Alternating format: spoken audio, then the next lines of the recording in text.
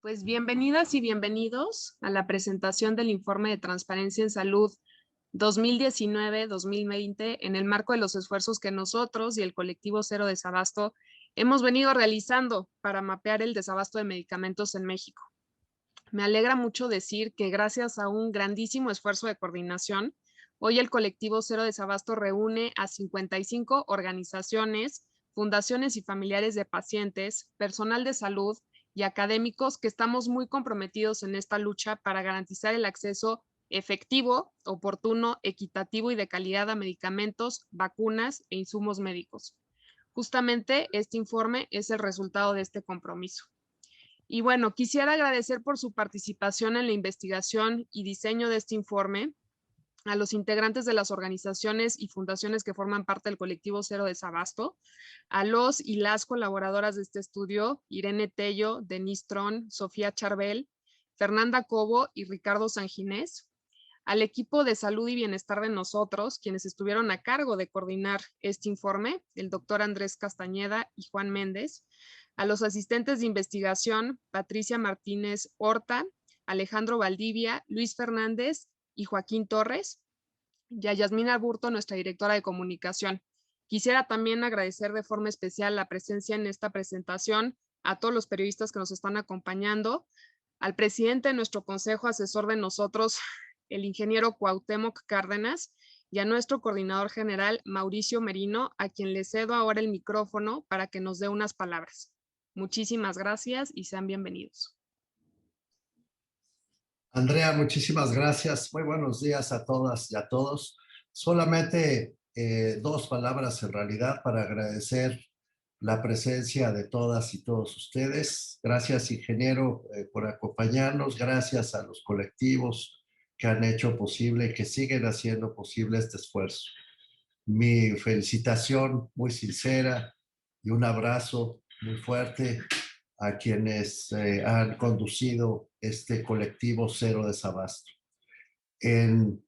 Para nosotras, para nosotros, para nosotres, como cada quien quiera nombrar a este movimiento, es muy importante la campaña que falta.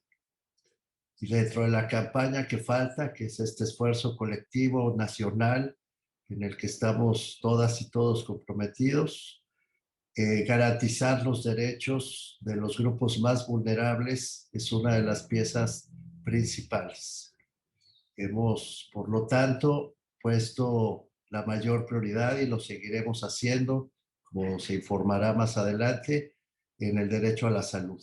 Si algo ha caracterizado estos meses recientes ha sido precisamente la importancia social, igualitaria, democrática, urgente, que tiene garantizar el derecho a la salud para todas las personas, no solo para quienes han tenido la mala fortuna de contagiarse con el SARS-CoV-2, sino quienes en general tienen algún tipo de padecimiento, carecen de los recursos para poder atenderse con sus propios medios en los sectores de salud privados y por lo tanto reclaman, necesitan, sobre todo tienen el derecho de ser atendidos en el sistema público de salud. De aquí la enorme importancia de este informe y de aquí, de verdad, nuestra más sincera gratitud por el esfuerzo que todas ustedes han venido haciendo. Bienvenidos y sigamos adelante con el programa. Muchas gracias. Muchas gracias, doctor Merino. Pues bueno, muy buenos días, qué gusto saludarles a todos. Mi nombre es Juan Méndez, soy jefe de la causa de Cero Desabasto. Y a nombre del colectivo y de nosotros tengo la alegría de conducir hoy la presentación de este informe y de esta nueva estrategia que incluye el mapeo de desabasto de medicamentos en México. Igualmente agradezco a todas las personas integrantes del colectivo, a todas las asociaciones, pacientes, familiares que nos apoyan y pues bueno, a cada una de las personas que tuvieron que ver con toda esta investigación. En verdad, nuevamente esto lo hacemos con la intención de colaborar, de brindar información real, pública, que dé vista o al menos pista del desabasto de medicamentos en México. y para que posteriormente podamos ir emprendiendo acciones concretas que ayuden a garantizar estos derechos en todo el país. Agradezco la participación nuevamente del ingeniero Cárdenas, que nos acompaña el día de hoy. Y pues bueno, sin más por el momento, quisiera cederle la palabra primero a Janet Oropesa, de Fundar Centro de Análisis e Investigación, una de nuestras grandes aliadas del colectivo. Adelante, Janet. Muchas gracias, Juan. Miren, hay una construcción aquí al lado de mi casa, entonces si empieza a haber mucho ruido me voy a poner audífonos. Les agradezco mucho, voy a ser breve, me pidieron una intervención de 5 minutos. Yo primero que nada quería felicitarlos por el informe. Me parece que es un ejercicio muy serio de Contraloría Social usando el derecho de acceso a la información. La verdad sí se ve que es un trabajo que les llevó mucho tiempo, que fue muy profesional. Entonces, en ese sentido, muchísimas felicidades y gracias por invitarnos a comentarlo. A mí me gustaría tratar 3 puntos que yo resaltaría mucho del informe. El primero, que se refiere al derecho de acceso a la información y este uso que ustedes hicieron y lo que su propio trabajo reveló de este derecho, ¿no? ¿Dónde están todavía algunos desafíos? El segundo punto, quería tratar algunos de los hallazgos, o sea, pero no para decirlos aquí de forma pues muy extensa, porque sé que eso va a venir después, pero me parece que algunos de los hallazgos revelaron cosas muy, muy importantes, muy relevantes. Y el tercero es el mensaje que ustedes ponen alrededor de este informe, ¿no? ¿Cuál es el tono de este informe? ¿Cuál es el mensaje que quiere dar? Entonces, bueno, voy a ir en cada uno de ellos de forma muy breve. El primero, el derecho de acceso a la información. Me parece que este informe revela, bueno, ustedes hablan de que se hicieron más de 360 solicitudes, o bueno, 360 solicitudes, y que solamente 41% fueron respondidas de forma adecuada, ¿no? 25% no se respondieron de forma incompleta o de forma errónea incluso, ¿no? Entonces, me parece que esto es muy relevante porque muestra que ese derecho que tenemos todos reconocidos en el artículo 6º constitucional de acceder a la información todavía presenta muchísimos desafíos, ¿no? Me parece que en México llevamos 19 años desde la primera ley de acceso a la información y cuando la ciudadanía quiere hacer uso de este derecho para garantizar otros derechos, ¿no? Hacer uso del DAI como un derecho clave para poder asegurar su derecho a la salud, se enfrenta como con estos desafíos, ¿no? Que me parece que ustedes reflejan muy bien en el informe, ¿no? De cómo podemos sistematizar información que no se hable entre sí, que es incompleta, de la que no tenemos total certeza, ¿no? Entonces, me parece que para el caso de México su informe revela mucho que hay varios desafíos, ¿no? El primero, que haya una verdadera cultura de la transparencia en las instituciones públicas, ¿no? El hecho de negar una información, de darla de forma incompleta. No sé si se encontraron con la cuestión de los PDFs, ¿no? Que a veces te dan muchísimos datos en un PDF, ¿no? Que luego, ¿cómo le vas a hacer para pasarlos, ¿no? Entonces, me parece que necesitamos ir avanzando a que la cultura de la transparencia permee en todas las instituciones públicas, que no nos digan esto de que no tienen la obligación de generarla. Seguramente es información que sí tienen, ¿no? Pero que muchas veces no quieren, pues, otorgar. Y también avanzar hacia la transparencia activa. Me parece que su informe revela que la información sobre el abasto de medicamentos es información muy relevante, es información pública que la ciudadanía quiere conocer y que ya debería de estar pública sin necesidad de que medie una solicitud, sobre todo porque, como ustedes demuestran, muchos de esos datos se generan dentro de las instituciones públicas para intentar medir el desabasto. Entonces, no habría razón de que medie una solicitud si esto es una información pública, ¿no? Creo que debemos ir avanzando hacia la transparencia activa en las instituciones públicas, ¿no? Aquello que le interese a la ciudadanía debe estar ya disponible de forma oportuna, accesible. Y nada más como para dar un dato de la encuesta de acceso a la información pública y protección de datos personales de 2019, justamente dice que el 60% de las personas en México sí se meten a los sitios web de las dependencias para buscar información que les interese, ¿no? Entonces, me parece que este es un dato importante, ¿no?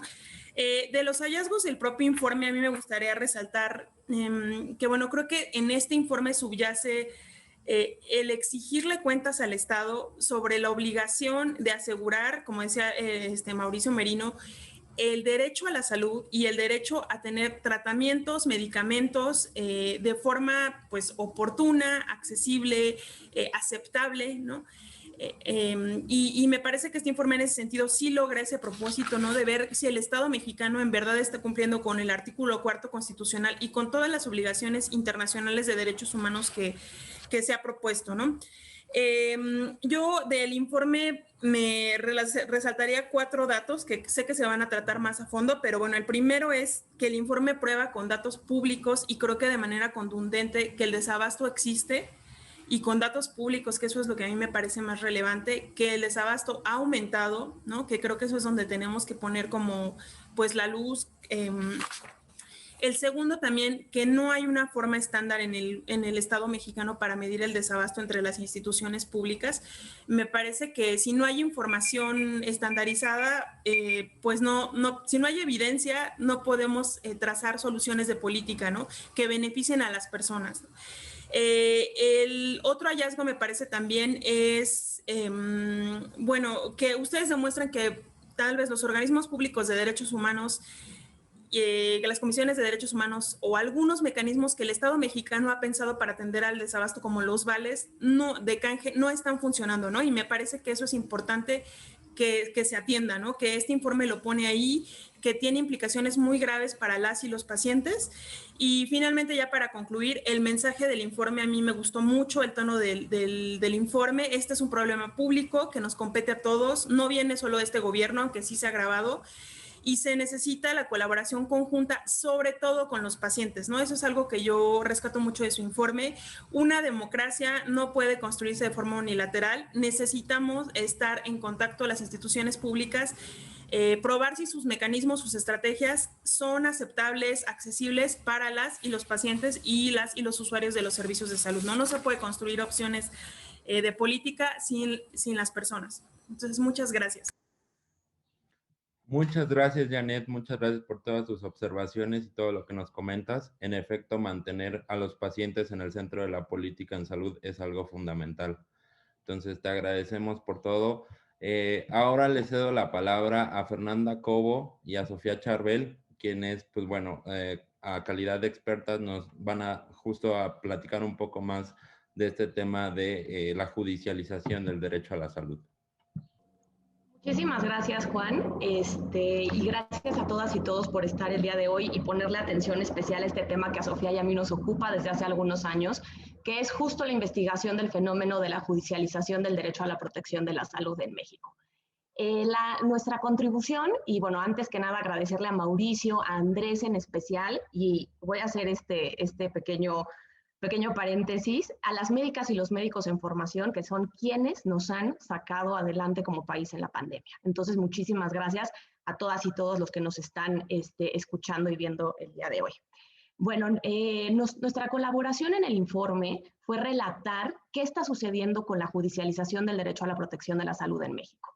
Nosotros hemos hecho desde hace 3 años un análisis extensivo en los juzgados de distrito y en tribunales colegiados y también ahora en la Suprema Corte de Justicia. Hemos hecho una recopilación de sentencias falladas por estos órganos jurisdiccionales sobre casos de judicialización del derecho a la salud. Y lo que nos dimos cuenta de 2015 a 2018 fue que la judicialización de este derecho no era un fenómeno constante en México, era un fenómeno más bien aislado en ciertos circuitos judiciales, como puede ser la Ciudad de México, circuitos judiciales del Estado de Nuevo León o circuitos judiciales del Estado de Puebla, donde principalmente lo que se demandaba era falta de insumos para enfermedades huérfanas o de baja prevalencia. Hoy en día, sin embargo, perdónenme que está pasando por aquí un helicóptero, pero bueno, hoy en día, sin embargo, lo que nos dimos cuenta a raíz de la pandemia por COVID-19 y de todas las reformas estructurales que han sucedido al Sistema Nacional de Salud, especialmente la modificación de los mecanismos de compra, es que el fenómeno de pasar a ser un fenómeno aislado fue el boom o ha iniciado el boom de la judicialización. Hoy tenemos mapeados en circuitos judiciales más de 1,231 casos en las 32 entidades federativas de juicios de amparo directo o indirecto relacionados con faltas o fallas en la prestación adecuada de este servicio. ¿Qué es lo que nosotros nos hemos encontrado? Y podemos dividirlo hasta el día de hoy en 2 grandes ramas. Problemas relacionados con la COVID-19 y problemas relacionados justo con el desabasto de insumos. Que, bueno, las pretensiones argumentadas por las personas quejosas es que existen inadecuadas medidas de las autoridades para controlar la pandemia, especialmente la omisión. Se demanda la omisión de actividades y emisión de decretos o acuerdos en tiempo y forma adecuados para el control de la pandemia, cosa que nunca habíamos antes, porque habíamos visto antes en México en el fenómeno de la judicialización, porque generalmente era falta de prestación de abasto de insumos. Otra cosa que nos hemos encontrado es la falta de acciones de cuidado y protección de las autoridades sanitarias con el personal de salud o de las empresas con las personas empleadas a raíz de la pandemia por COVID-19. Evidentemente, la falta de insumos para prevenir, detectar o tratar la COVID-19, como pueden ser camas, pruebas PCR, equipo de protección personal, y el más importante y que ocupa casi el 80% de nuestra base, que es la ausencia o falta de suministro de medicamentos contemplados en el Compendio Nacional de Insumos. Antes, lo que nosotros considerábamos el cuadro básico y catálogo de medicamentos. Y aquí vemos cómo vira el cambio de la judicialización desde 2018 para 2019 y 2020, porque ya no nada más están demandando medicamentos para enfermedades de baja prevalencia o medicamentos para enfermedades ultra especializadas, sino que hoy en día ya estamos viendo que falta en las demandas que nosotros podemos tener acceso públicamente, estamos viendo que faltan casi todo tipo de insumos para la salud, especialmente relacionados con enfermedades de tercer nivel, como puede ser cáncer y VIH. Le cedo la palabra a la doctora Sofía Charbel, quien va a acabar de comentar nuestra intervención.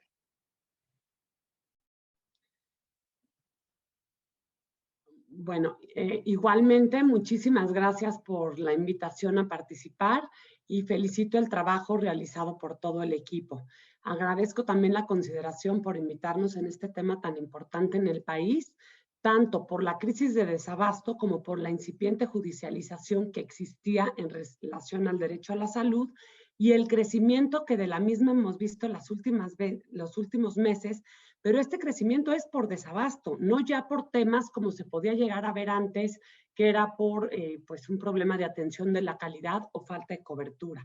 Realmente está muy enfocado solamente la judicialización ahora al tema del desabasto. Entonces, totalmente de acuerdo con lo explicado puntualmente por la doctora Cobo, ¿no? Sobre el tema de judicialización.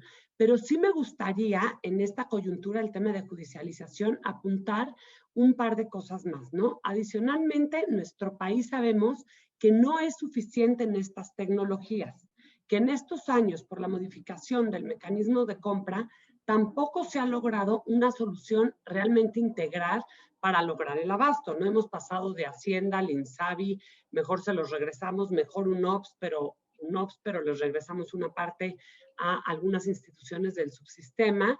Y entonces, en ese camino, ¿no? Desde que estamos en todo esto metidos, no se ha fortalecido la industria estatal.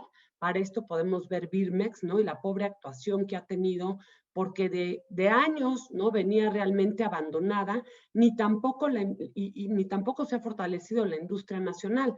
Todo lo contrario, se ha visto muy afectada por las nuevas reglas o más bien omisiones y ataques que ha tenido del propio Estado. La preocupación para mí en relación a la coyuntura del tema de judicialización en esta coyuntura mundial tan compleja, con los riesgos que existen en la interrupción de las cadenas de producción de medicamentos en países como por ejemplo la India, a quien le compramos muchísimos insumos para la salud y que como sabemos realmente está en una crisis humanitaria, ¿no? O sea, ¿qué va a pasar con el mercado mexicano que adicionalmente es muy complejo por el número de pacientes, por la carga de la enfermedad de nuestra población y aunado al retraso de la atención que traemos desde 2018, que empezamos con retrasos de la atención y el desabasto desde 2019? Cáncer, sin duda, es una problemática que afecta a miles de personas y lo hemos visto con el tema del metrotexate y los niños. Pero ¿qué va a pasar, por ejemplo, con temas de insulinas? Que aproximadamente 2,5 millones de personas al día requieren de diferentes tipos de insulinas, ¿no? Entonces, si aquí hubiera un desabasto, ¿cómo cumples en un mercado tan complejo? ¿A quién le hablas si le compras 2 millones de insulinas, 2,5 millones de insulinas al día para poder abastecer a un mercado tan complejo como el mexicano? Entonces, no es fácil. Y entonces aquí entra la coyuntura de todos estos estudios y datos que se están logrando tener, que son básicos, ¿no?, para tener la información. Pero ok, la judicialización en salud en México venía siendo incipiente, como lo menciona la doctora Cobo. Sin embargo, va pues a existir ante estas nuevas coyunturas, ¿no? Va a existir mayores demandas. El problema se ve por toda la participación de las organizaciones, que además están llevando más demandas, más amparos para estas personas. Los médicos se van a ver aún con las sentencias y a favor del paciente, en donde te dicen tienes que otorgarle el medicamento. Ya lo estamos viendo en algunos amparos ya resueltos por suspensión, en donde le dicen, bueno, ok, sí te lo doy, pero el medicamento lleva 1 año de haber caducado. Es decir, ¿qué va a pasar si nos llegamos a encontrar simplemente para apuntar y poner un escenario que ni siquiera puedan cumplir con aquello establecido en los amparos porque haya una imposibilidad real por no contar con los medicamentos? Si cruzamos estos datos de la judicialización con el abasto y con lo que se está logrando y las pocas claves compradas, pues la verdad es que sí creo que es un problema que va a seguir después de este tema de la judicialización. ¿Realmente se va a presionar al sector salud para que logre hacer algo tajantemente y rápido? El problema es que es difícil hacer algo rápido en términos de salud y conseguir la cantidad de medicamentos que necesitamos para una población como la mexicana con la carga de la enfermedad que se tiene. Esto es un escenario que desde nuestra perspectiva se puede vislumbrar. Muchas gracias. Muchas gracias, doctora Cobo y doctora Charbel, por sus intervenciones.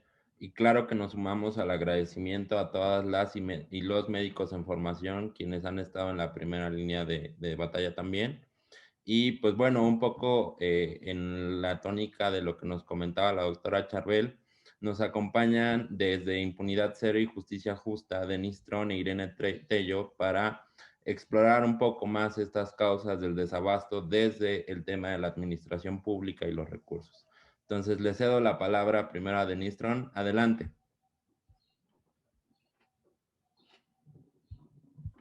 Muchas gracias, Juan. Gracias a todos los integrantes de nosotros, de Cero Desabasto, a todas las organizaciones.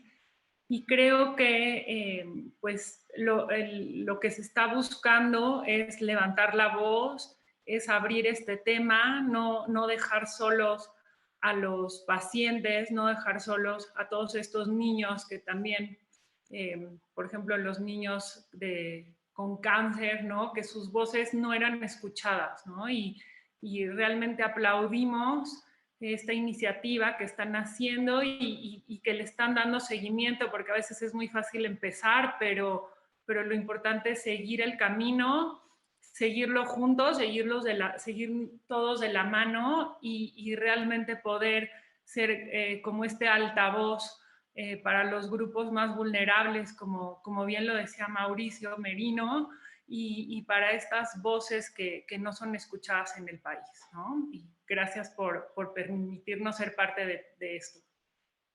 En Impunidad Cero y Justicia Justa somos 2 organizaciones que tenemos tiempo haciendo investigaciones en materia de salud, pero específicamente el año pasado, ante este problema de desabasto, nos planteamos, Irene y yo, la necesidad de poder analizar cuál era el origen o la razón de ser de esta cadena de problemas que veíamos en el abasto de medicamentos en todo el país.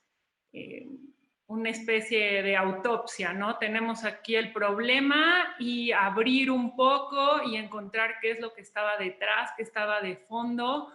Y nosotros lo hicimos desde el punto de vista de las políticas y las decisiones de reformas a leyes, a acuerdos, porque considerábamos muy relevante poder entender qué estaba detrás de este problema. El problema era visible para todos, pero las razones no, y mucho de esto es por los mensajes realmente que escuchábamos del gobierno federal, mensajes que pudimos acreditar que no eran reales. Por ejemplo, tal vez ahora ya no lo tenemos tan presente, pero en enero de 2020 la bandera del gobierno federal era hablar de un desabasto mundial, y los médicos nos decían a nosotros si con una simple búsqueda en internet no encontrabas alguna noticia, algún reporte, incluso en revistas médicas, de que hubiera un desabasto mundial de medicamentos. Les pido que nos situemos antes de la crisis de COVID, estábamos en ese punto, y la problemática ya la veíamos venir desde el 2019, donde realmente tampoco teníamos ni idea de lo que íbamos a vivir en los siguientes meses y en el problema en el que estamos ahora, ¿no? Entonces, nuestra investigación se llama Operación Desabasto, así se generó el problema de medicamentos en el país. ¿Y cuál fue la primera decisión que detonó todo esto? Fue quitarle al IMSS esta facultad que tenía, tal vez no realmente como un tema en ley, pero sí este ejercicio que ya venía haciendo por más de 5 años en realizar compras consolidadas. Recordemos que el IMSS no solo compraba para todos sus hospitales, sino que llegó a un punto de comprar para más de la mitad de los estados de la República y para las instituciones federales. Esto era un sistema que no se construyó de un día al otro, sino que se fue construyendo de manera paulatina y que se fue consolidando muchísimo más, pues ya en 2017, 2018, y esto también ayudó para hacer una eficiencia en cuanto a los recursos. En los gobiernos estatales no se requería que tuvieran toda esta estructura de compras y de conocimiento, sino que el IMSS suplía toda esta parte del expertise y realmente de la necesidad de tener con personas calificadas para hacer la compra de medicamentos. Lo que vimos es que se determinó terminar con este modelo y darle facultades a la Secretaría de Hacienda y Crédito Público para realizar todas las compras consolidadas del gobierno federal. Aquí, ¿qué es lo relevante y qué se rompió en 2 cuestiones? De un día, esto fue con una reforma a la ley de adquisiciones, simplemente una reforma que fue incompleta, y se dice la Secretaría de Hacienda va a hacer todas las compras consolidadas. Y aquí un tema muy grave es que parecería que en ese momento se pensó que comprar medicamentos era lo mismo que comprar insumos como de papelería o seguros para los autos, ¿no? Y este tipo de compras consolidadas que antes se llevaban a cabo desde la Secretaría de la Función Pública, todo se unifica en la Secretaría de Hacienda, y lo que vemos ahora es que comprar medicamentos no es lo mismo que comprar lápices o cuadernos o escritorios, ¿no? Tiene toda una complejidad. Y también se dejó fuera a los estados. Realmente podemos decir que de un día al otro los estados dejaron de contar con el apoyo que tenían en el IMSS, no fueron incorporados o previstos como candidatos a que pudieran comprar a su nombre la Secretaría de Hacienda, y esto viene a detonar todo este problema de desabasto.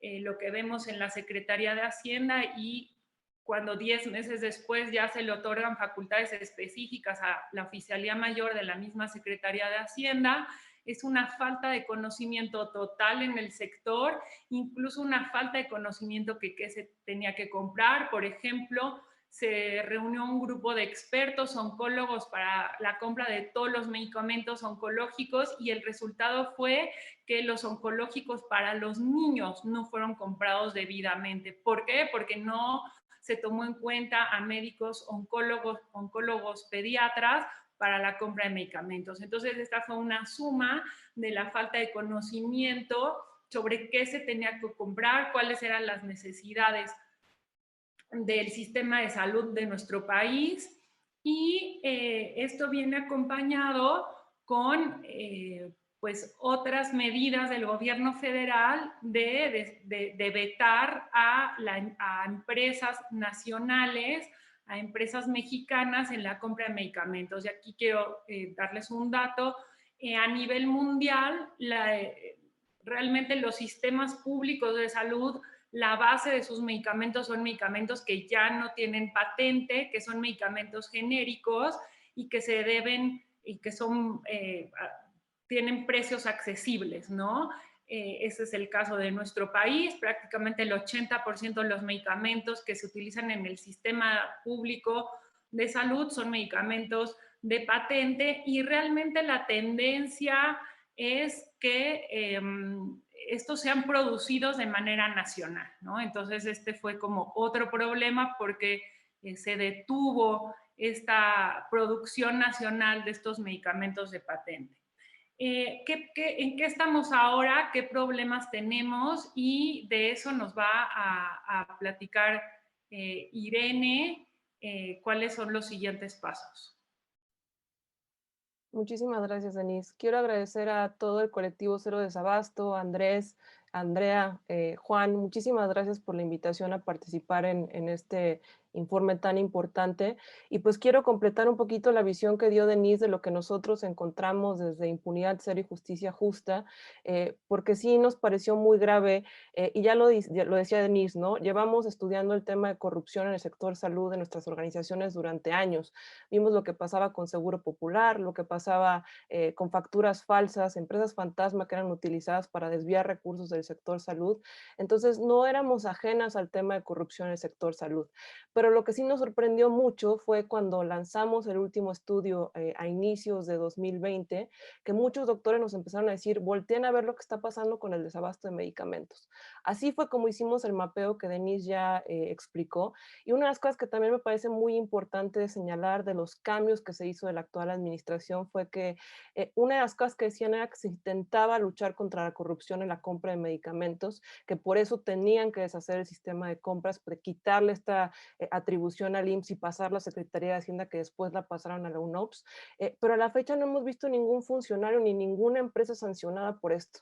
Y sí es muy preocupante porque lo decimos una y otra vez en Impunidad Cero y Justicia Justa. La impunidad en actos de corrupción se resuelve sancionando personas o empresas, no deshaciendo sistemas enteros de salud. Y eso es a lo que nos estamos enfrentando actualmente. Ya cuando se hizo todos los cambios que nos mencionó Denise, se le pide a la UNOPS, que es este organismo de la ONU que se encargue de las compras consolidadas de medicamentos, en un esfuerzo por transparentar las compras. Es en ese momento estamos ahorita, pero una cosa que me parece señalar que es muy importante es que la UNOPS apenas está haciendo las compras para 2021 que se tuvieron que haber hecho el año pasado. Vamos muy tarde y además la UNOPS no está comprando para todas las instituciones del sector salud para el cual antes el IMSS compraba, porque además se dejó fuera muchísimas instituciones del sector salud estatales que ya no van a poder sumarse a la compra que está haciendo la UNOPS. Y uno de los grandes problemas pendientes que siempre ponemos ahí el dedo, tanto en Impunidad Cero como Justicia Justa, tiene que ver con que no se ha resuelto el tema de distribución de medicamentos. Una cosa que no comprendió la actual administración fue que asumieron que había un oligopolio por parte de las 3 empresas distribuidoras de medicamentos, sin entender que lo que pasaba era que ellos compraban otras farmacéuticas y luego distribuían. Entonces hacía como el doble compra. Entonces por eso pensaban que había una acaparación y se vetó a estas empresas de poder participar en compras con gobierno, y ahora lo que vemos es que aunque la UNOPS se va a encargar de la compra general de medicamentos, no hay quien distribuya estos medicamentos ni sabemos qué va a pasar con los mismos. Entonces está comprando tarde otra vez, está comprando mal, y no sabemos a qué va a quedar con esos medicamentos, porque en lo que Birmex desarrolla las capacidades, que fue la empresa que designaron para dedicarse a la distribución de medicamentos a nivel nacional, eso va a tardar muchos años y muchos recursos que ahorita van a tener que pagarse de manera extraordinaria, y todos estos ahorros que decían que se habían alcanzado con la UNOPS se van a ir o a pagar de manera tardía medicamentos que se tuvieron que haber comprado el año pasado y que ya se están empezando a administrar en estos meses, o a pagar a distribuidoras de forma externa para que puedan proveer una distribución que el gobierno todavía no tiene contemplada. Y solamente quiero dejar este tema señalando otra vez el tema de responsabilidades de actos de corrupción de estas empresas. Una de las cosas que también nos sorprendió mucho en Impunidad Cero y Justicia Justa tiene que ver con que Birmex fue la segunda institución a nivel federal para la que más facturas falsas nosotros encontramos en el periodo que analizamos de 2014 a 2019. Que ahora esta sea la empresa designada por el Estado mexicano para dedicarse a la distribución de medicamentos nos parece una contradicción absoluta. Porque además, si todo este cambio que se hizo de deshacer y desbaratar el sistema de compra de medicamentos fue por un intento de luchar contra la corrupción, que ahora le quieran dar a una empresa que no tiene las capacidades y que tiene este pasado tan corrupto y tan opaco la responsabilidad de distribuir medicamentos en todo el país, nos parece realmente algo muy grave. Entonces volvemos a llamar a las autoridades porque ya les hemos dado, ellos tienen todos los datos de toda la información que encontramos respecto a cómo desvió durante años Birmex recursos con empresas fantasma, tienen todos los datos que les hemos dado de lo que implicaría, y de hecho se lo hemos pedido a varios funcionarios. El subsecretario Hugo López-Gatell se comprometió con nosotros públicamente hace unos meses que iba a ser público el plan de distribución a corto plazo, porque no nos queda la certeza de qué va a pasar con estas compras que está haciendo la UNOPS. Entonces sí queremos poner el punto aquí porque lo que van a presentar mis compañeros respecto a lo que se encontró en este gran estudio que hizo el colectivo Cero Desabasto impulsado por nosotros, tiene que ver con 2020. Tenemos que ver lo que va a pasar en 2021 porque con las compras tan mal hechas que está haciendo la UNOPS y sin resolver el tema de distribución, este problema no solamente va a seguir en 2021, sino que se va a agravar mucho más. Entonces sí nos parece importante poner la mención en que no se ha resuelto el tema de distribución, que por favor exhortamos a las autoridades, tanto del gobierno federal como las autoridades competentes, de que hagan público los planes de distribución a corto plazo y que queremos saber cuáles han sido los funcionarios y las empresas sancionadas en toda esta red de corrupción que ellos decían que tenían muy bien identificada, porque a la fecha no hemos visto ningún funcionario ni ninguna empresa sancionada por esta trama de corrupción por la que deshicieron el sistema de compra y distribución de medicamentos en el país. Y pues yo ahí lo dejaría, agradecer profundamente que no soltemos el tema, me parece importantísimo, como dice, no solamente reconocer a los doctores de este país que están dando la batalla contra COVID-19 y contra tantas otras enfermedades, sino también un reconocimiento a las familias que día a día están luchando por conseguir los medicamentos que el Estado ahorita no está pudiendo proveer. Agradecerles a todos su presencia y pues seguimos en contacto. Muchísimas gracias. Muchas gracias a ambas, Denise, Irene, en verdad, muchas gracias por todas las observaciones y por su gran investigación que ustedes también realizaron desde Impunidad Cero y Justicia Justa. Y pues bueno, agradecerles a las personas que nos acompañan en la transmisión de Facebook Live, justamente y retomando un poco lo que mencionaba al final Irene, poner en el centro a las pacientes y saber que están ahí, que realmente atraviesan por todo este proceso de desabasto. Y pues sin más por el momento, le cedo la palabra a Andrés Castañeda, jefe y coordinador de las causas de salud y bienestar en nosotros, quien nos va a dar ahora sí los principales resultados del informe de mapeo del desabasto de medicamentos. Adelante, Andrés. Muchas gracias, Juan. Agradezco a todo el equipo, a todas las colaboradoras.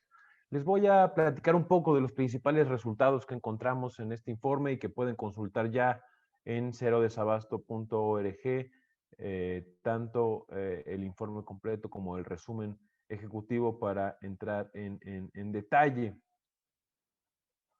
Encontramos aquí que este ejercicio que se hizo está enmarcado en el contexto del colectivo Cero Desabasto y que nace un poco de la necesidad de entender qué es lo que está pasando con el acceso a los medicamentos en el país. Somos 55 organizaciones ya que integramos el colectivo y que, como bien aclara Irene, este es un problema que sigue, ¿no? O sea, este estudio abarca entre el 2019 y 2020, pero 2021 sí seguimos teniendo este problema y seguiremos dando seguimiento puntual y mapeando el desabasto en los próximos meses.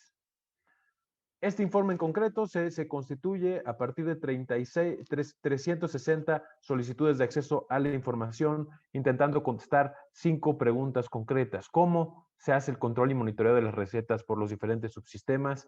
¿Cómo está el surtimiento de recetas específicamente? ¿Qué está pasando con los vales de medicamentos? ¿Cómo se han comportado las quejas relacionadas con el desabasto de medicamentos? ¿Y cómo está la aplicación de vacunas, la cobertura vacunal en el país? Haré un resumen muy rápido de los grandes resultados, pero ante la primera pregunta, ¿cuál es la metodología para el control y surtimiento de medicamentos? ¿Cómo le damos seguimiento a estas recetas? Nos encontramos con una multiplicidad de sistemas. Aquí hay algunos ejemplos de los que usan los diferentes subsistemas, pero también cada hospital maneja sistemas diferentes. Es difícil que se comuniquen, que se hablen entre subsistemas, y eso hace muy complejo darle seguimiento al acceso de manera homologado en el país. ¿Cómo está el surtimiento de recetas? ¿Cuántas recetas se quedan sin surtir? Una de las preguntas que nos hacíamos al principio de Colectivo Cero Desabasto era si realmente era simplemente que había más ruido en medios sobre el no desabasto o que realmente había más desabasto. Muchas veces se ha desacreditado las voces de los pacientes, de los familiares. Hoy, con este informe, queda muy claro que con la misma información de las autoridades, vemos cómo hay un aumento muy importante en el número de recetas no surtidos, llegando a un pico importante en enero, donde 2 millones de recetas no fueron surtidas efectivamente por el IMSS. Y si juntamos todas las recetas no surtidas de 2020, llegamos casi a 16 millones de recetas, que es 3 veces el número de recetas no surtidas en 2019. Y cabe aclarar que muchas veces pensamos que el desabasto tiene que ver con la pandemia y no. Todo lo contrario, como vemos aquí, la pandemia entra en marzo y ya desde octubre empezábamos a tener un aumento importante en el número de recetas no surtidas. Si bien es un 92% para 2020 de recetas surtidas correctamente, este 8% representan 16 millones de recetas que tienen atrás pacientes, personas que no están teniendo acceso a los medicamentos, y en el informe podemos dar fe porque hay varios testimonios que dejan ver la desgarradora realidad de muchos de las personas que viven en México y que no están pudiendo tener garantizado su derecho a la salud. Lo mismo pasa para el ISSSTE, ¿no? El ISSSTE vemos como hay un desabasto más o menos constante, pero sí llegamos a tener casi 1 millón de recetas no surtidas en 2020, con un aumento del 2% en el último año. Y hay que decir que no deja ver este informe, digamos, en 2020 hubo un número importante en la disminución de las intervenciones, hubo 45 millones de consultas menos. Es decir, si hay menos consultas, hay menos detecciones, hay menos servicios otorgados, hay menos recetas emitidas. Pero de esas pocas recetas emitidas, el desabasto aumentó. Entonces, la pandemia un poco podemos decir que hasta escondió el problema que había detrás del desabasto.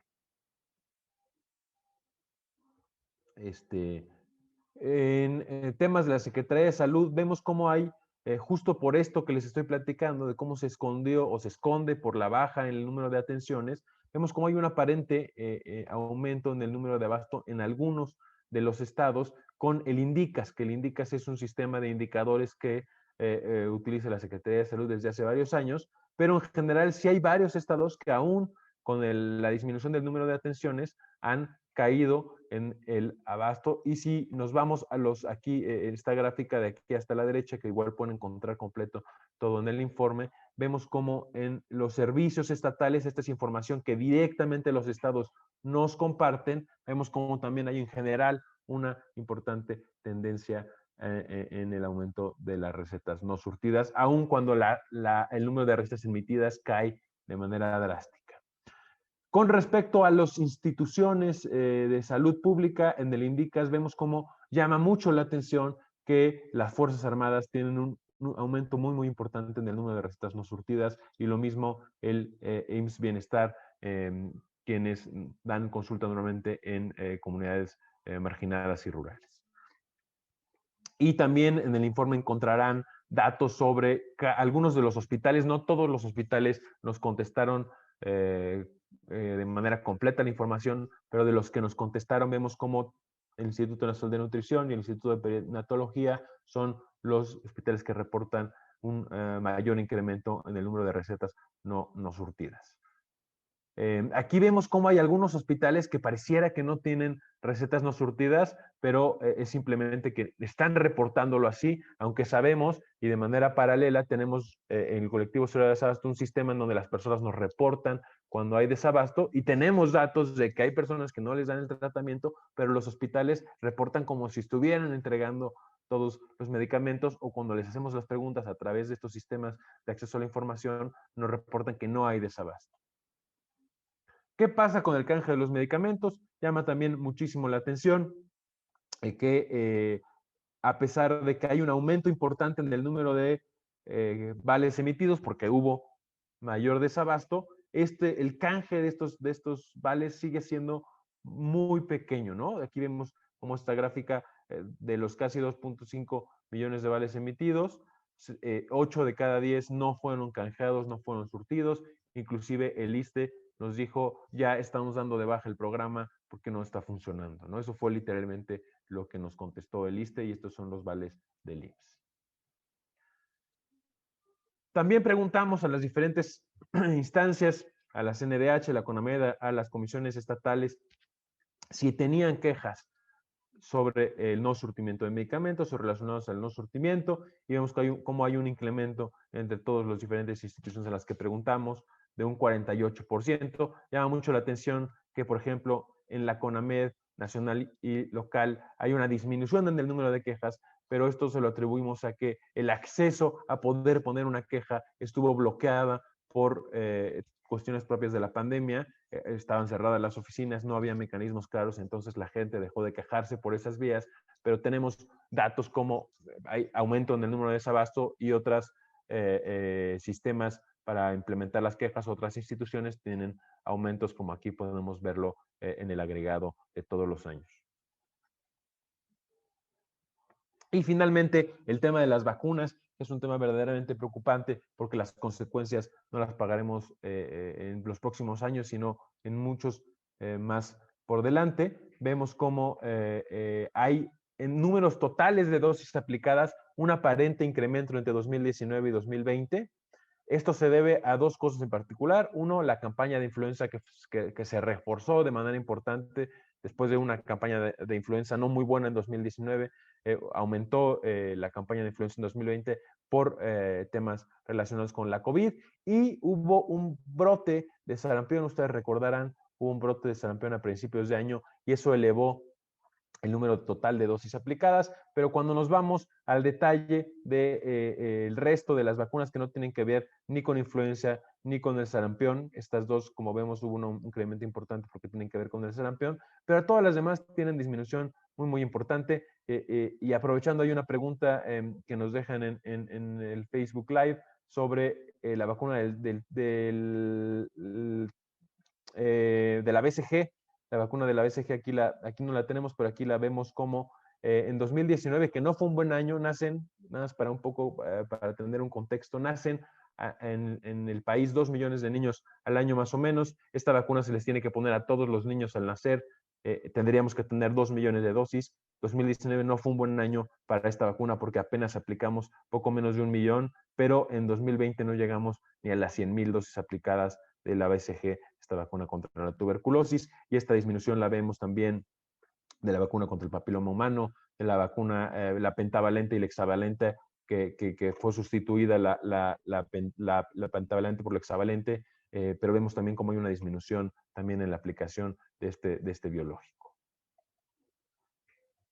Como colectivo nos preocupa porque nos queda claro que las personas que viven en situación de vulnerabilidad son quienes se ven más afectadas por el desabasto de medicamentos en México. Impacta la salud de todas las personas y quienes no reciben su tratamiento se ven vulneradas no solamente en temas de salud, sino también en temas económicos, en temas de tranquilidad. Nos queda claro que esto es un derecho y lo debe de garantizar la autoridad. Buscamos a través de este ejercicio sumar a los esfuerzos. Nos queda claro que como han bien dicho mis compañeras anteriormente, es un esfuerzo enorme, no es fácil. Y lo que buscamos es sumar, abonar como colectivo, como sociedad civil a la solución de la problemática. Agradecemos muchísimo el tiempo que han dedicado a acompañarnos y dejamos el foro abierto para preguntas. Muchas gracias, Andrés. Pues bueno, con esto cerramos la presentación del informe de manera formal. Procederemos a una pequeña conferencia de prensa en donde, pues bueno, los medios invitados tendrán la oportunidad de extender sus preguntas.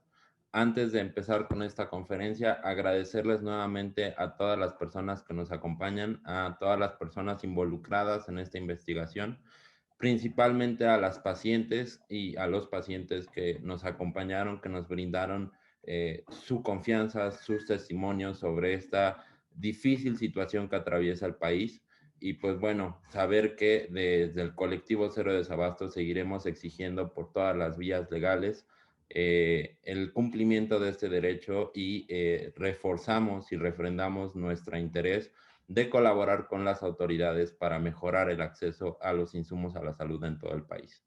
Entonces, bueno, sin más por el momento, nada más quisiera recordarles a las personas que nos acompañan de medios de comunicación que la conferencia de prensa se transmitirá igualmente por Facebook Live.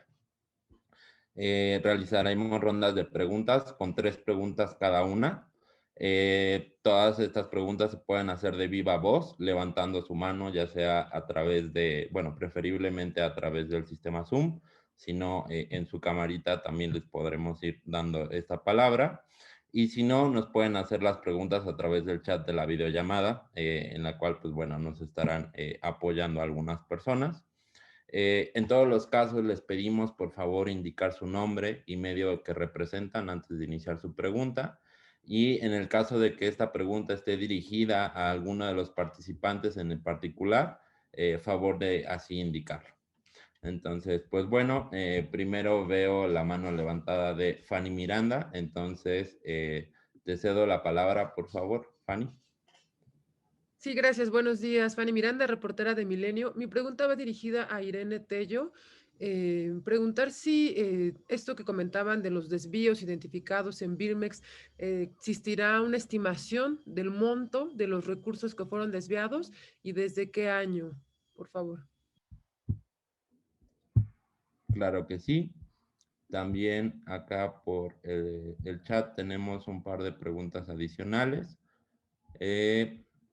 Citlali López de Noticia Voz e Imágenes de Oaxaca, ¿qué estados presentaron mayores índices de desabasto?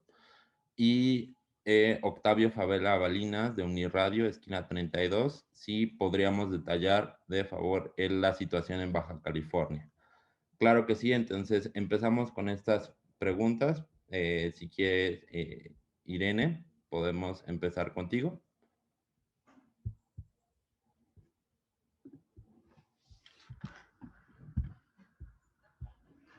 Estoy buscando el dato preciso para dárselos exactamente cuánto de monto encontramos por los años. Si me dejan agarrar el dato y en un minutito se los encuentro. Sí, si quieres voy contestando la parte de los estados y de Baja California. En Baja California tenemos 2 fuentes de datos. La primera es el INDICAS.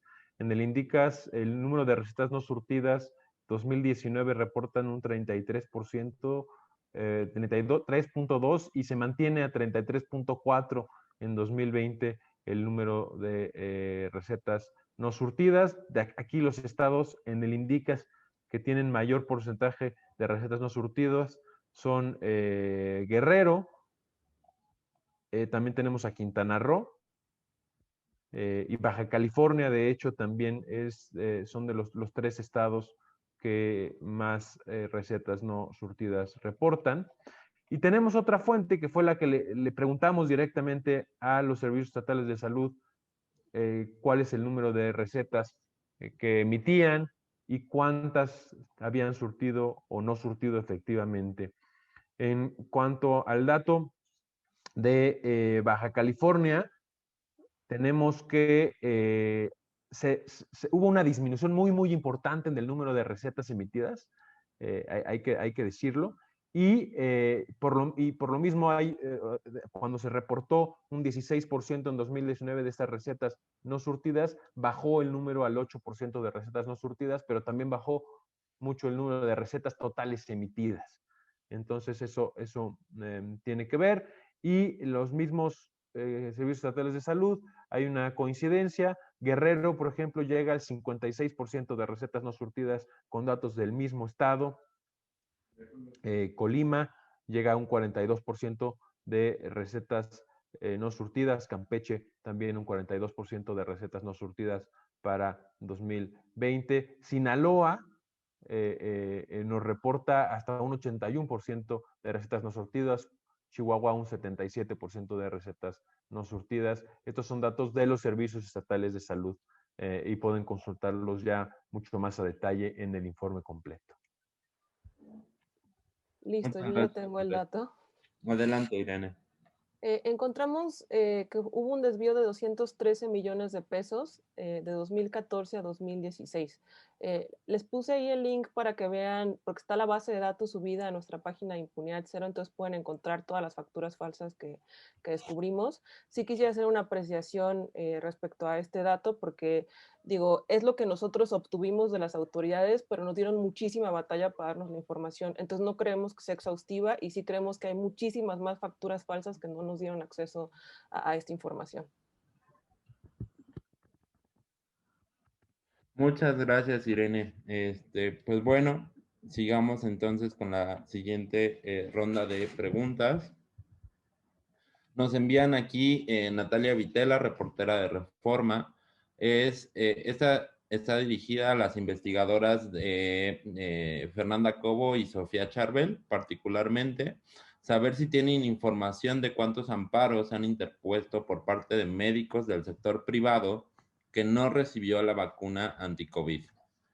De igual manera nos acompaña aquí Ana Lilia Ramírez del periódico El Sol de Tijuana y La Jornada Baja California sobre el desabasto de la vacuna de tuberculosis, que justamente es la BCG, hasta donde entiendo. Si quieres ahora, Andrés, puedes repetir un poco nada más el dato para que lo tengan presente y fresco. Y también tenemos una pregunta dirigida al ingeniero Cárdenas, aunque comentamos de manera abierta que el ingeniero está en su calidad de participante en esta presentación del informe. Sin embargo, de todas maneras, damos la oportunidad al ingeniero, si es que así quiere, de responderla, pedirle su valoración sobre este tema y saber si el presidente se equivoca al señalar que todas las... El ingeniero, perdón que te interrumpa, el ingeniero avisó que tenía un compromiso a las 11 de la mañana. No sé si todavía nos acompaña, pero desde un principio se avisó que a las 11 de la mañana, ¿te acuerdas? Se tenía que atender otro. Sí, tienes toda la razón. Muchísimas gracias, doctor Merino. No, de hecho, ya no se encuentra, me comunica aquí nuestra directora de comunicación. Entonces, pues bueno, entonces damos a estas dos preguntas particularmente. Primero, si quieres, Andrés, nada más para recordar los datos de la vacuna de tuberculosis y posteriormente pasamos con Fernanda Cobo y Sofía Charbel. Sí, claro que sí.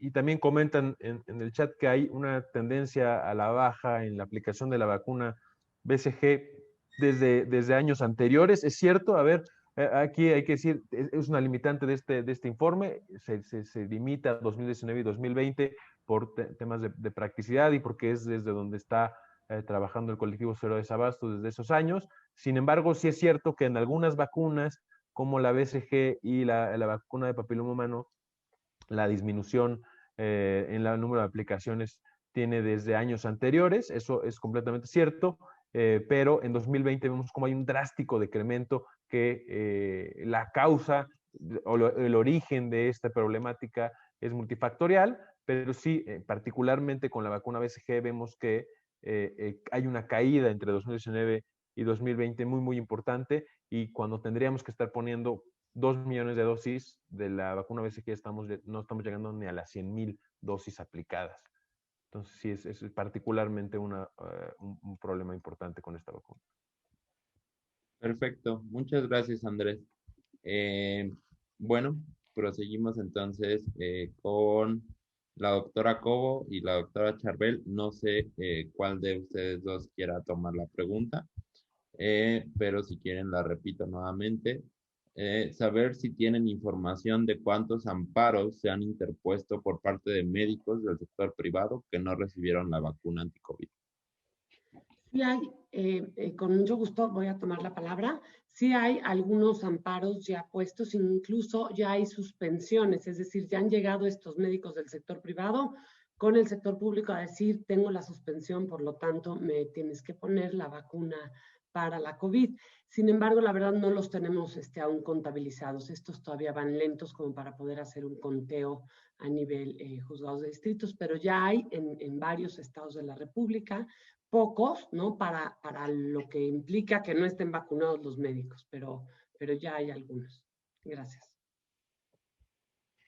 Perfecto. Muchísimas gracias, doctora Charbel. Me comentan aquí que desde el periódico El Sol de México, al doctor Merino quisieran hacerle la pregunta.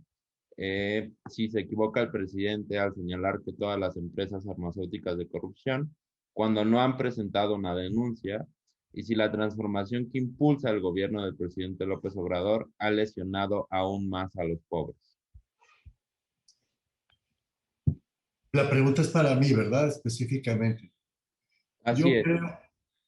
Yo creo que el propósito que tiene el gobierno del presidente López Obrador de combatir la corrupción no solamente es correcto, sino que además debemos respaldarlo. Esa es la posición del movimiento en el que estamos. No aceptar ningún desvío, ningún argumento que favorezca la corrupción. En donde tenemos diferencias es, sin embargo, en no confundir la corrupción con un argumento político. La corrupción debe combatirse modificando las causas que la producen. Y entre las causas que producen la posibilidad de corrupción está una mala gestión pública, está negligencia administrativa, están los espacios, las áreas de oportunidad en donde las personas que crean redes para obtener provecho propio, abusando de su autoridad, pues aprovechan esos vacíos, esos errores, esos tropiezos administrativos. Es propósito de este informe y del colectivo Cero Desabasto, por eso se dijo desde un principio, contribuir a que esas cadenas de corrupción que aparecen a lo largo de todo el largo proceso, como ya explicó el doctor Castañeda, que atañe al abasto de medicamentos, pues se cancelen. No usarlo como arma política para formular acusaciones o para formular exculpaciones de determinados grupos o determinadas personas. Entonces, estamos en contra de la corrupción, ya se dijo aquí, la corrupción no es cosa de este gobierno, ni mucho menos, viene de un largo periodo previo, pero tenemos que insistir con este gobierno que para cancelar la corrupción no solo podemos ni debemos seguir persiguiendo los efectos, metiendo a la cárcel a la gente ya, castigando a la gente ya, inhabilitando empresas y ya, sino modificando las causas que generan esa corrupción. Y es ahí hacia donde estamos apuntando. Gracias, Juan. Muchas gracias, doctor Merino. Perfecto. Pues bueno, aquí tenemos un par de preguntas más. Primero, Natalia Vitela, del periódico Reforma. Esto nuevamente para ti, Andrés. Nuevamente retomando el tema de la vacuna BCG. Las autoridades han dicho que la falta de esta vacuna se debe a la falta de producción mundial. Esto es cierto y si no, saber cuál es la razón del desabasto o cuáles son sus causas. Y también saber desde, bueno, nos preguntan desde Facebook Live, si se puede detallar la situación del desabasto en Durango en particular. Una última pregunta que nos llega ahorita nuevamente de Natalia Vitela, del periódico Reforma, es sobre Birmex, ¿qué posibilitó la corrupción en las empresas de Birmex? ¿Esta corrupción se puede perpetuar actualmente? Aquí, nuevamente, si Denise, Irene, que son las que tienen un poquito más de experiencia, justo, saber cuál es su impresión. Y pues bueno, empezamos contigo nuevamente, Andrés. Gracias, Juan. Sí, Natalia, a ver, bueno, en concreto con la BCG y con las vacunas hay 3 causas principales para el que no exista el acceso a los medicamentos. La primera es, ciertamente hay un aumento en la demanda de algunas de las vacunas y por ejemplo, en la BPH cambió el número de proveedores y esto es cierto, pero concretamente la BCG se inhabilitó al importador principal de la vacuna y esto derivó en que hubiera desabasto directo, ¿no? Sin prever las consecuencias de lo que podía pasar con esta acción. Y muchas de las otras vacunas tienen que ver también con este mismo problema en la falla administrativa, en la falla en la planeación, en la gestión, ¿no? Entonces, en concretamente con la BCG, esa es la inhabilitación, también la DPT, pero está acompañada de toda esta falta de estrategia, ¿no? En el cambio del juego de los compradores. Específicamente en el tema de Durango, Durango tiene reportados en el INDICAS para 2019 un 13% de recetas no surtidas y en 2020 un 11%, pero Durango no nos compartió la información específica del número de recetas emitidas, surtidas y no surtidas como fue solicitada, por lo tanto no los incluimos en el informe. Muchas gracias, Andrés. Bueno, procedemos entonces ya sea con Irene o con Denise, cualquiera de ustedes dos, quien quiera tomar un poco la palabra. Les recuerdo la pregunta si quieren, si la necesitan. ¿Qué posibilitó, no? Ajá. Uh-huh. Bueno, si Denise la tomo yo. De las cosas que encontramos cuando hicimos el estudio de por qué o cómo se utilizaban empresas fantasma para desviar recursos, una de las causas que encontramos tiene que ver con la facilidad que hay en México de crear empresas fantasma. Entonces nos dábamos cuenta que muchas veces se hacían contratos con estas empresas, obviamente no eran declaradas como tal al inicio, se cobraban ciertos montos y cantidades, luego ya eran declaradas como empresas fantasma por el SAT y una de dos, lo que vimos también era que a veces muchas empresas lo que usaban era el contrato que ya habían obtenido antes de ser declaradas como empresas fantasma por el SAT de manera definitiva y seguían sacando facturas de esto. Y otra cosa que nos dimos cuenta, que creo que también es importante mencionarlo, es cómo le pelean mucho al SAT muchas de las empresas el ser definitivas o el ser, ahora sí que no definitivas con empresas fantasma. Entonces muchas veces una empresa puede ser declarada como fantasma ante el SAT, pelean esta disposición muchas empresas que creemos que sí son fantasmas y como regresan a no ser definitivas pueden seguir teniendo contacto con el gobierno. Sí creemos que ahí, y ahí le cedo la palabra a Denise por si quiere decir más, es un tema en el que se puede hacer una muchísima mejor, ahora sí que auditoría respecto al gasto de recursos públicos, independientemente de que detrás hay una gran discusión pendiente de la facilidad con la que se crea una empresa fantasma en México, que creo que ahí es donde tenemos que voltear a ver, así como a voltear a ver a los beneficiarios reales de estas empresas, que nosotros hicimos como el primer mapeo para ver instituciones de gobierno que tenían contacto con estas empresas y cuánto dinero se les había pagado. Lo que nos faltó hacer y que es una cosa pendiente es ver quién acabó teniendo el contacto y el control de este dinero que se desvió de manera indiscriminada del sector público de salud. No sé si quieres agregar algo, Denise. Sí, el problema real que tenemos en México es que no hay una trazabilidad de los recursos. Por un lado, está esta obligación de publicar, por ejemplo, los contratos que existen entre una entidad pública y cualquier empresa, pero ya no hay una forma de seguir realmente dónde van realizándose los pagos, si efectivamente cómo se hacen estos pagos y a quién se le hacen estos pagos, ¿no? Y también no hay una obligación por parte de las instituciones públicas de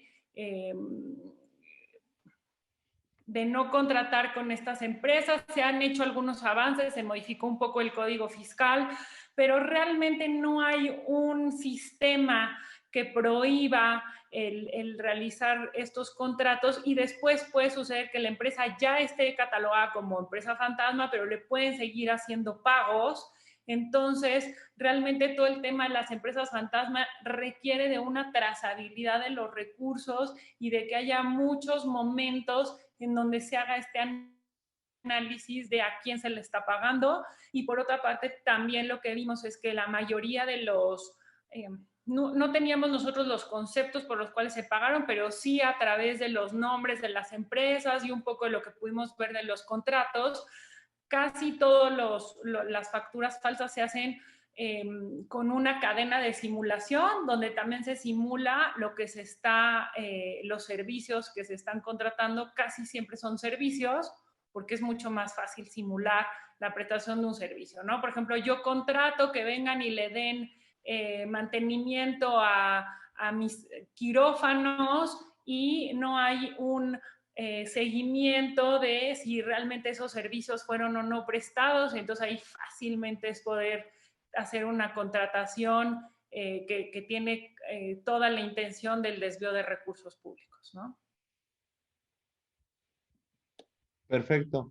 Muchísimas gracias, Denise. Muchísimas gracias, Irene. Comentarles, ya ahorita tenemos las últimas 3 preguntas de la ronda. Entonces, pues bueno, aquí... bueno, primero empezamos con Fanny Miranda de Milenio.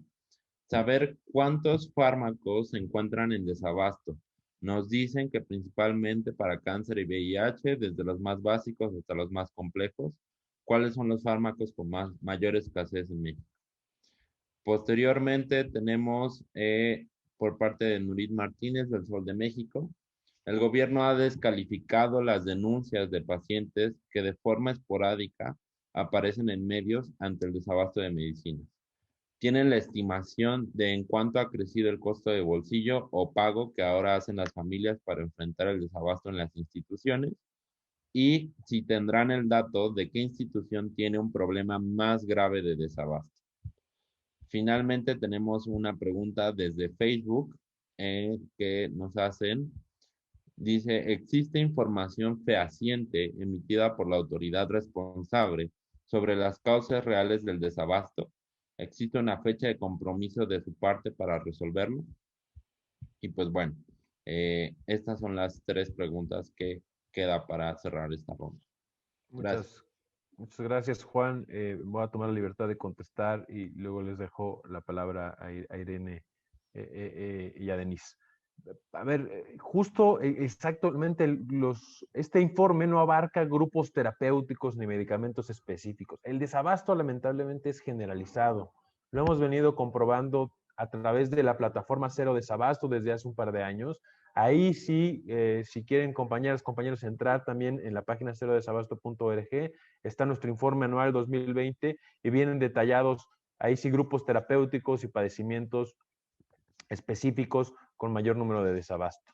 Este informe busca hacer un análisis completo entre todas las instituciones y todos los estados con información específica de la autoridad y vemos que hay desabasto generalizado, no son demasiados medicamentos los que faltan en todas las instituciones. ¿Dónde el problema está más grande?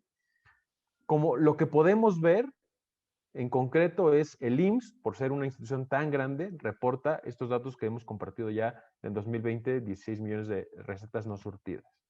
Sin embargo, los gobiernos estatales, muchos, tienen reportes de importantísimo desabasto de más del 50% en el número de recetas no surtidas, que se pueden confirmar también en el INDICAS. Y hay muchos, hay que decirlo, espacios negros. Es decir, no tenemos la película completa de muchas instituciones locales que no compartieron ni siquiera la información porque probablemente ni siquiera la tienen, ¿no? Yo creo que eso es algo que hay que decir y es algo que hay que también trabajar en mejorar nuestra calidad en los sistemas de información para poder garantizar el acceso a los medicamentos como parte importante. Y sí, vemos desabasto en la plataforma Cero Desabasto, vemos desabasto de cáncer, de VIH, de un montón de otros medicamentos. y creo que queda muy claro con la información que se genera a través del colectivo, tanto de la plataforma Cero Desabasto como con este informe, que no hay manera de desacreditar las voces de las personas que exigen que se les garantice su acceso a la salud. Ya no tiene cabida. Lo que pedimos a la autoridad es reconocer que hay un problema y le tendemos la mano para resolverlo en conjunto, en bola, todas y todos. Muchas gracias, Andrés.